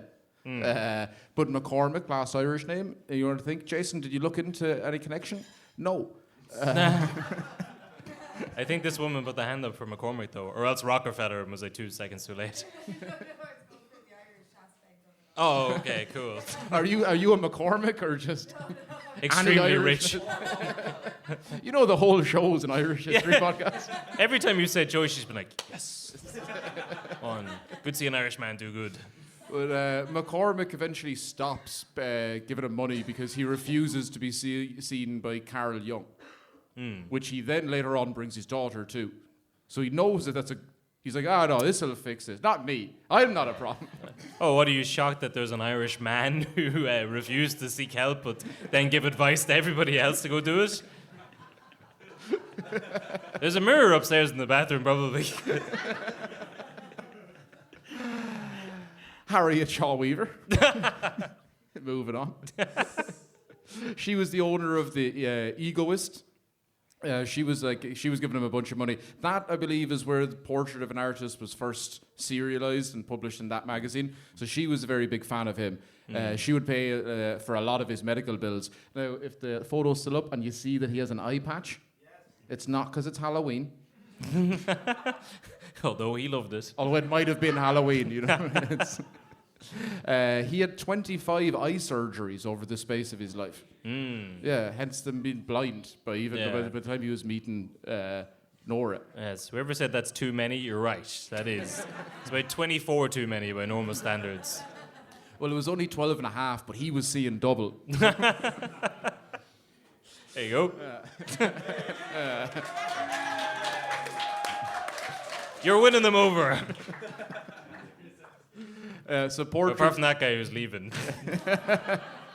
Portraits published between 1916 and 1918, in 1916, and in 1918, Ulysses gets picked up to be released serially by the New York magazine, The Little Review. Now, he was also working at this stage over in Zurich for the English Players, a theatre company. Okay. Funded by the British, as I guess, like... Well, hold on. But so technically... Funded by the British to kill their own bastard officer. There's a lie. Why would that be a theatre company? It's not. But so technically was anything... But is there... is there much or anything written about... Or maybe this is... I don't know. Is there anything written about like how he reacted to 1916? Or how he felt about World War I living in Europe? He was quiet enough about 1916, right? Most of us weren't born at the time. His great UCD contemporary is murdered in very dubious circumstances. Francis Shee Skeffington assassinated and buried. He was a very utopian. He believed in the best in people. People were inherently good. And when the Rising breaks out, Skeffy, as they called him in Dublin, he goes into the city trying to stop the looters, and he wants to start a citizens' patrol. He arrives at the GPO and he explains this to Pearse and Connolly. And I think they kind of like, yeah, okay. And he goes out in the streets then, and people talk about seeing him trying to reason with people that are smashing the windows on O'Connell Street. It's all very tragic. And he gets picked up by this deranged officer called Bone Coulthurst, who also arrests two journalists who are unionist right-wing journalists, brings them all back to Portobello, and they're all executed in the barracks there. It's a total disgrace. The way in which it plays out. But Skeffington's murder is a big story internationally. Like the suffrage movement in Britain, the suffragettes have commemorations for him in London at the time, and it's commented on internationally. It is a cold-blooded murder, and Joyce is very heartbroken by it. So I think any political sympathy he has for the Rising, and there's a little bit of it, is overshadowed by this great sadness at the way his friend has been murdered. But he later gets painted in Paris by a guy called Patrick Toohey, who was in the GPO in 1916, and he ends up falling out with Toohey because it takes Toohey like 6 weeks to do the painting. And Toohey says, James, I'm trying to get your eyes. And James says, forget the eyes, get the tie. And they end up falling out in the end, but he's a great admirer of Arthur Griffith. He's a great admirer of some aspects of the nationalist movement. But I think what happens to Skeffy is just so absolutely... When he's wearing a Votes for Women badge, the Irish Women's Franchise League, and he's an innocent character, Skeffy. A lot of people that are around at that time are very hard, and they're very accustomed to the idea that they could die for something. Skeffy lived for something. You know, he lived for peace, and he believed in peace and the good of people. I think Joyce is so traumatized by what happens to him that he just disconnects himself from the Irish question. Well, like Skeffy was what, like a vegetarian, feminist, pacifist, socialist, Vegetarian, pacifist, teetotaler. teetotaler, didn't smoke. Yeah, but he's also Jason Brennan, exactly. Yes. That's for the end of the show, madam. But there is something very, I mean, like an awful lot of these, like with all these things that happen through Fuck Irish you, history. It becomes an international news story when it turns out that like Skeffy wasn't given a Christian burial. He was just sort of sneakily the whole thing's awful. The whole thing's awful, but there is also something very funny about him coming down. He shows up at the GPO like 2 days into an open revolution, and he's asking them to spare some men to like stop kids breaking windows. He's like, I know you're busy. I understand it. But he's assassinated, killed by the British in those first 3 executions. But he was also very anti-revolution. Like he wouldn't have been a proponent of the rising. But so that's like, is that Joyce's big? Yeah, I think it's heartbreaking that Prison your truce, college is it? contemporary, a pacifist, has been shot against the barrack wall by a deranged captain. It's a very shocking thing. And Joyce kind of disengages really from everything that follows that. Yeah. And then so at this moment, we're looking around, about 4 years after 1916, it's 1920. Well, the maths checks out. Factual. It's July 1920. They've already moved back to Trieste after they went there for a couple of weeks or a month or two, I guess, after they'd left Zurich post-war. It's not the same. Funny thing about cities post-war. Not quite the same. No. So they decide to they were going to go to London, but they stop off in Paris first. He meets Ezra Pound, the famous author. Yes. Big proponent of Joyce. He puts him in contact with, was it Sylvia Beach? Sylvia Beach. She runs the Shakespeare and Company bookstore. They'd befriend each other. Sylvia and Ezra would introduce him to all the literary people around Paris, the art scene and that.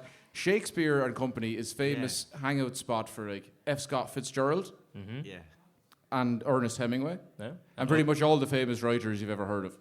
Poor old Sylvia Beach, like she doesn't have a business head on her shoulders, so it's a bookshop / lending library, but everyone's broke, so the lending library is very busy, and the bookshop isn't, and it doesn't really work. And Hemingway writes about going there. He says it's on a cold, windswept street, a warm, cheerful place with a big stove in winter, tables and shelves of books, new books in the window, photographs on the wall of famous writers living and dead. And it's the place for English speakers to go in Paris. And the thing about Shakespeare Company is great is they'd never published a book before, but she believes in it so much that she agrees to publish this text. And what's mad, that picture's taken in Shakespeare and Company. And behind them, there's a couple of posters of various reviews, most of which were bad reviews, but they're still on the wall. It's a really bold endeavour when you've never published a book before to publish a book that's 250,000 words long about one day in Dublin, which has no central plot, which has no chapters, which is written in just a series of episodes. But Sylvia took it on, and she had a great line about it where she said it's a work of genius or it's a work of madness. It might be both.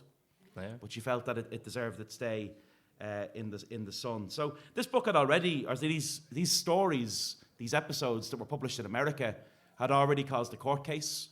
That little review had been fined $50 for publishing obscene material. It was very obvious that this was going to be a controversial book, and she still published it. And I think Joyce, if there is a stain on Joyce, it's that when success followed, he got a new publisher, he moved on, Ulysses is published by other people. Sylvia was left with the bills, She took a real gamble on publishing that book, and it nearly ran the shop into the ground, but she did it. There's a Shakespeare and Company in Paris today. It's not the same shop. It's named in honour of it. And the woman who runs it, her name is Sylvia. Her father named her after Sylvia Beach, the original shop. And there's a tiny little plaque on a street. I love French people, because if you go to France, if you go to Paris, and they think you're English, they don't want to fucking know you. You sit in a cafe for an hour, and then you go, Irish? They go, oh, Samuel Beckett, yeah, have a drink. There's a tiny plaque on a Parisian street, and it's in French, and it's in French only, because they're like that. And you don't speak French, don't go to France. But it says, Ulysses was published here. They're very proud of it. Sylvia took a serious gamble on that book. Yeah, well, it's a great set. Like, the building itself is known for obviously all the different authors who've been there, but it is also the home of where Hemingway and Joyce met. And then reading into that, you have a question about Hemingway. No, not about Hemingway. I just have a statement about how the fact that everything you said tonight involved a woman making it happen. Yes. Yeah, that's true. Yes. That's true. Joyce yes. is a bastard. Yes. And he would take advantage of many women over the... Yes. No, I'm saying it. It's fine. Yeah. No, like Donald's right. Like, so Sylvia fronts the money for all of this, and then the second he basically gets success internationally, he just jumps on board with another publisher. Doesn't try to like cut her in any way. The shop then, within 10 years, they hit the Great Depression, and then she goes out of business, and then she's left with nothing. And she really tries to promote the book. Women making him decide that he should be okay Yeah. along the way, and then a woman publisher, and it's just like women elevating him. Yeah, it's Yeah. his mother, Yeah. it's Nora, it's Sylvia, it's Mrs. Weaver. No? And she goes out of her way to try and get people to champion the book. So she writes to a lot of people and says, well, please champion this book publicly. And she writes to Bernard Shaw, and Bernard Shaw writes back, I should like to put a cordon round Dublin, round up every male person in it between the ages of 15 and 30, and force them to read it, and ask them whether, on reflection, they could see anything amusing in all the foul-mouthed, foul-minded obscenity. But then he said, you know what, I've walked those streets, I know those shops, I've heard and taken part in those conversations. But she really tried to make this a book that people would talk about, and she took a real gamble on it. And she's part of the story. When Paris falls after the war, when Paris is liberated from the Nazis, Hemingway goes down to Shakespeare and Company, bottle of whiskey in hand, and he kicks in the door, and he liberates the shop. Yeah. And he thought it was important that shop would be free again. Yeah. Well, Joyce's favourite line to use around Hemingway was after he would get into fights with other people drunkenly at the bar, jump behind Ernest and say, "Deal with them, Hemingway." Spring forward, burly protector. Hemingway's a big man. I've always loved his advice to write drunk, edit sober. Yes. Which I met a lot of people in college who tried that. It works for Hemingway, you know. Whereas Joyce was write drunk, wake up the next day, write a sober letter apologising. Please. So I guess we'll talk a little bit about, so 1920, Ulysses, Nausicaa, that chapter, that episode. It gets sent to someone who doesn't like Joyce and this writing, sends it to the daughter of an attorney who works for Vice. Not Vice News. Not Vice News. Miami Vice. We're going to do an expose on the hit cool writers of the... No, Yeah. it's... they try to get him banned, basically. Yes. And it's in that chapter, which, I mean, it's... They get a lot of... they get fined for obscenity, like Donald said, like the £50 and that. But it's in that... it's in that chapter where he's talking about, like, wanking and being attracted to people with, like, physical... whatever. Yeah. Watch yourself in the corner there. Beautifully executed. Well done. You know, What? pause, whatever. Yeah, there you go. Well, I guess there's a girl in that chapter who has like a shorter leg, I guess, than the other, or she walks with a limp, and he has sex with her. Stephen Dedulus does, who's definitely not just James Joyce. Yeah. Which is a very unique name that his dad and his brother happen to have. But yeah, so I guess he just says at the end of it, he has sex with that girl in the book, and then he realizes afterwards she has a limp, and he says, "I'm so glad I didn't know that beforehand." Okay. Yeah. So then that's the one they use to send to like the attorney's Yeah. daughter to be like, now we can get it, but it only gets a complaint. It doesn't stop it. Because it's never. Well, this is, I suppose, when it's published into full book, it's never banned in Ireland. No, But it's it's also not banned. allowed to be We sold. waited. We waited about 45 years for him to Yeah. make a film. Oh, we yeah. banned that one. But in America, like when the book is brought to court in the States, the judge is a guy called Judge Woolsey, and he does something that most people who've criticized Ulysses didn't do. He read the book. And Woolsey kind of said, look, this book is filthy, this book is outrageous, but James Joyce is an artist, he has a right to be those things. And people have the right to read it if they want to. You know, the American Constitution at its very best. He argues, look, people have the right to read this if they want to. But when he's describing it in court, Woolsey, he says this mad thing. He says, there's a reoccurrent emergence of sex in Joyce's characters, but it should always be remembered that his locale was Celtic and his season spring. In other words, it's not his fault he's a pervert, he's Irish. And, the American Constitution at its very best, freedom of expression, unbanned this book at once, and it's unbanned in the States. And when Joyce hears that news, he says, half the English-speaking world has surrendered. Yeah. But in Dublin, the book's not banned here, but it's not available here. So Easton's get a load of letters about it, and they're like, oh no, we're not importing that filth. Yeah. So it's never banned, it's never tried either. When we set up the state, we immediately set up a film censor. We were one of the earliest film censors in the world. And that guy, James Montgomery, when he got the job, he said, I know nothing about the cinema, but I know the 10 Commandments. So Give that man the job. that's the guy we need to watch movies and ban them. But then when the Committee on Evil Literature comes later, in the 27, and they start banning books to beat the band. And there is this idea that they mostly ban books about sex, but they also ban books by left-wing writers. So like Liam O'Flaherty, who writes a book challenge. He writes a book with a Gombean priest as a kind of central character. Ban it. First book banned. They end up banning everyone. They ban The Second Sex. They ban Behan. They ban Beckett. They just ban everything. They ban so many books that someone writes a great letter to the paper saying, are they actually reading everything they're banning? Because to read that many books, you'd have to be some kind of robot. It's a but full-time they job. ban everything, but they never ban Ulysses. They never ban it. So, you don't have to ban a book to put it beyond people. You just don't import it. You just need to get the Sunday Express to call it the most infamously obscene book in ancient or modern literature. The Sporting Times said the work of a perverted lunatic. And then there was another great one. One review was like, how could someone educated by the Jesuits write a book like this? And that wasn't even an Irish review, which makes it even better. Like, where did they get that from? But the response is cold. And it's cold everywhere. But then from literary people, obviously there's different feeling. Virginia Woolf says no book ever bored me more than Ulysses. And that's a criticism that hurts Joyce more. It's one thing to be called a pervert, it's worse to be called boring. And he's really, really annoyed by that. But T.S. Eliot, other people say, no one will match this. This book Yeah, is but he just- wrote The Wasteland. So there is a section of literary opinion that's like, we'll never match this. To just write a book about a day in the life of a city, we'll never match this. But Virginia Woolf's condemnation hurts, I think. I think Woolf, there's some quote from her diary when she met him first. She was like, he's a plebeian, not only in looks, but also in literature. Which, harsh from a woman who put on blackface to board a ship that one time in that other episode we did. But basically what Ulysses is like Seinfeld in the 1920s, We'll never reach the high arts again of people just talking about a day in the life of a city. It's a book about nothing. I knew there was a good one. There was one I dug out here. Literary Bolshevism, experimental, anti-conventional, anti-Christian, chaotic, totally unmoral. I love So it. the only thing I disagree with there is literary Bolshevism. But everything else is true. It's Yeah. good. It's a good criticism.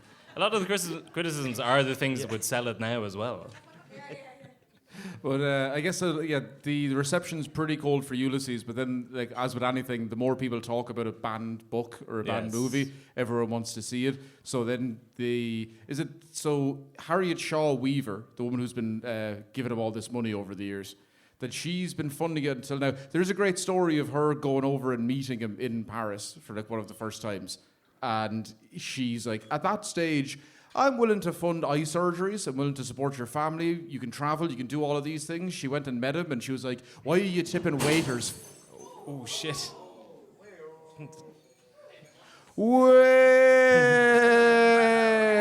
That's the nicest Irish audience I've ever seen in my life.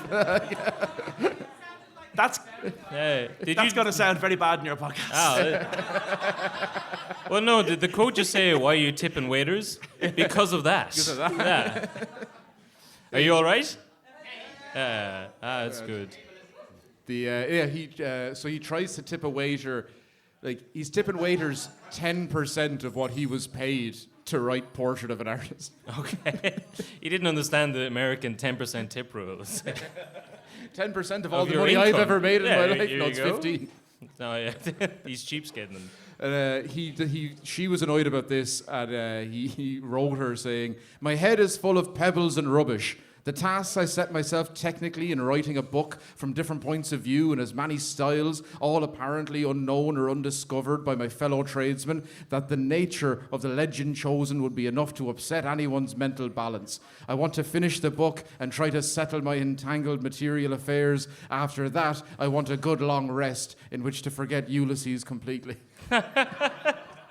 If I just get to the end, I can never think about it again. But like she gave him 21 grand at the time, which is a lot more than 50 quid. And obviously he blew through a lot of that then as well. Yeah. And then she sold the company and gave him a percentage of all of the stuff because a lot of his back catalogue still burned through all of that. But he's supporting 10 kids. And the waiters. And the waiters of Rome, Zurich, Paris, Trieste. There is a moment where Giorgio, his son's getting married, and he's asking for money. And she's like, I thought that if your son was getting married and you wouldn't have to support him anymore, I wouldn't have to give you as much. And then he didn't reply for 2 months. That's just a nice story about him being a cheapskate. Yeah. At the next book then up is Work in Progress, which is the title that lasts for 13 years until 1939 when he finally releases... Finnegan's Finnegan's Wake. Wake. Yes, I don't know if you'll fit into a small T-shirt. Oh, you've given so much to us this evening. All right. Thank you. Second Sprott Prize. We wouldn't make you cover up a Pillow Queens t-shirt. That's sacrilege. Today would it be? Ah. Today it'd be Finnegan's Woke. Jesus, how long were you sitting on that one for? As long as I've been... Cancel Joyce. But early on in the stages when it's been serialised, this Work in Progress, Finnegan's Wake, it gets criticism from Sean Whalon, from Ezra Pound, from his brother Stanislas, and from Mrs. Weaver. He basically says, "Oh, go fuck yourself." Took me 13 years to write this. I know you're paying for all of it. I couldn't give you shit. And then he releases a book called It's going to take a while. I'm not getting it wrong. It's how it's actually spelled. Our examination round of his factification for incarnation of Work in Progress, which was a book that was published of other people saying nice things about a book that hadn't been finished or released yet. But Beckett was in that. He was like, no, it's class. So he just went and published this book about how his next book was going to be really good and everyone just shut up and read it. And he gave it that title. Fair play to him. That's our boy. Yeah. I guess that by this stage now, it's by the late 1930s, Joyce has moved back to Zurich. But just on Finnegan's Wake, a good friend of ours, James Moran, is working for the Bloomsbury group, which he only told me today, even though he knew we were doing a James Joyce story. And he was saying there was a big debate when they were publishing Finnegan's Wake as to whether there's a full stop in it somewhere. And they were spent ages. They're still debating to this day how big of a full stop it was meant to be, which really shows that at some point Joyce tipped over into having too much power. I think there's parties say it should just be a full stop. Parties say it should take up a whole page. I think it shouldn't matter. That's fair. Yeah. He also died. Spoilers. The guy who's booed everything has booed that as well. I hate him, but I don't want him to die. Are you a Pokemon? What is going on here? I guess we could quickly finish on this then. Yeah, but what's the difference? You know, Parnell gets this enormous funeral through the streets of Dublin. Joyce's funeral is unbelievable. I mean, there's two full-time Irish diplomats in Switzerland when Joyce dies. Neither of them go to the funeral. The English ones do. Joseph Walsh, who's the secretary in the Department of Foreign Affairs, he has this great memorandum internally where he says, is it possible to find out if he died a Catholic? Express sympathy with Miss Joyce and explain our inability to attend the funeral. And who does go along is the British consulate presence in Switzerland. And the British representative says this beautiful thing at the grave. He says, as long as the Irish are writing books as good as Ulysses, they're always getting revenge over us. And that was the finest tribute there could be, you know. God But that we didn't send anyone to that funeral is unbelievable. And then Nora said, well, bring him home. We want to bring him home. and the state refused the request. They refused to contribute towards bringing his remains home. And I just find that unbelievable that a couple of years ago, people were saying, oh, bring him home now, At the same time that they're trying to turn the House of the Dead into a hotel, they would turn everything into a hotel if they could. Yeah. You can't bring Joyce back to a city he couldn't afford to live in, I find that. So we had our chance to bring him back, and we didn't take it. And Zurich, Trieste, Paris, they're all part of the story of Joyce, and I think we should leave him there and maybe attend the centenary. Yeah. Well, that's someone much smarter than me. I remember reading this years ago that the saddest line in Ulysses is that it's signed off by him in Zurich, Paris, Trieste. Yeah. That he had to write this love letter to Dublin, but he had to do it abroad. But I can guarantee, I'm not 100% sure of this, but I would put my hat in it that if you walk through Dublin Airport now, there's probably a quote from Joyce there somewhere along with all the other artists that we as a country love to I love that. tote now. We ran them all away. And it's the same thing that we're doing to our current artists, but I'm sure. It's a never-ending terminal, isn't it? Terminal 1. Yeah. Dante's Circles of Hell. And you're just confronted by people who had to emigrate from Ireland. And beautiful words from their poetry. Yeah. And isn't great, and we love the artist and the musician and the poet, and no, we wouldn't feed them. No, that's more of a French sort of a thing. Well, I suppose as a nice fitting way to end it, we have his final words. We've no more spot prizes for this, so if anyone knows, don't yell. We didn't win anything on the scratcher. It was farts. No, so he goes in for a surgery in January 1941 for an ulcer. Does that surgery, falls into a coma the next day, wakes up the day after that, calls for his family who rush to the hospital. He dies 15 minutes before they get there, and his final words are, "Does nobody understand?" Ooh. It's very sad, but they didn't understand what he was saying. Yeah, he's like, "You're Irish, I don't know if I..." Enunciate. What a way to go. Well, I think we touched upon all the stuff with his daughter earlier on. No, that bit's over. No.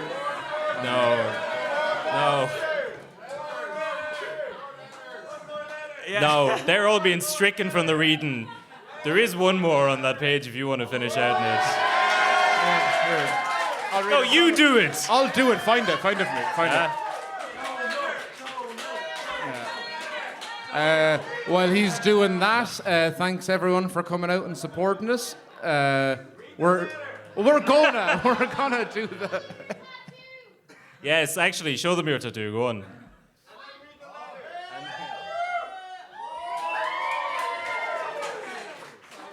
And what does it say? It says "Silence, exile, cunning." Did someone just say, "All right, James Joyce"? He read his entire life history, and so he had that tattoo. Like, psh, all right. This is the last. So we're going to finish this, and then we're going to run away out of embarrassment. Thank you all for being here. Thanks a million to Donald Fallon, our wonderful guest. Do you want to plug anything, Donald? Yeah, like a really successful podcast or a TV if show or. Yes. If I have a parting word of wisdom, I would say I sometimes feel that the greatest threat to people exploring Joyce is Joyceans. They're not the most lovable bunch of people. No. Sometimes, not always. Some people have done great work in making this stuff accessible, which I think is important. Yeah. You shouldn't be afraid. You shouldn't be afraid of Joyce. And as you learned today, this was an ordinary man who had some fucked up fetishes. That's besides the point. Yeah. This was an ordinary man who lived an ordinary life and who wrote these incredible books. And I think everyone should attempt Ulysses at some point. And remember that the first episode in the Martello Tower is difficult. It's impossible. But as it flows on, I find it opens up a lot more. And I think everyone should have a go at it, at least. Yeah. And don't be put off by the Joyceans, please. And if not, just read Dubliners. Yeah. Read Dubliners to get into it. You have just under a month. Get like a bad Joyce tattoo when you're 21. from Portrait, then never read Ulysses. Yeah.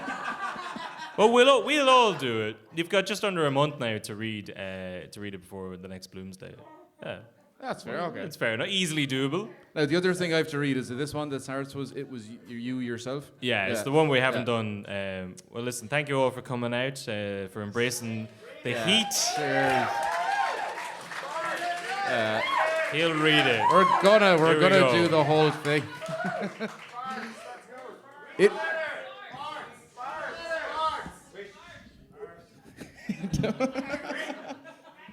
It was you yourself, you naughty, shameless girl, who first led the way. It was not I who first touched you long ago down at Ringsend. It was you who slid your hand down inside my trousers and pulled my shirt softly aside and touched my prick with your long, tickling fingers and gradually took it all, fat and stiff as it was, into your hand and frigged me slowly until I came off through your fingers, all the time bending over me and gazing at me out of your quiet, saint-like eyes. It's also, it seems like you didn't get past the hand job. There's definitely some American tourists in the main bar who are like, what the fuck's going on? Look at a sex How do I fetish get club. in there? Well, listen, thank you. You're all lovely, and we need to leave, and we're being very embarrassed. Cheers. Good luck, Shafter.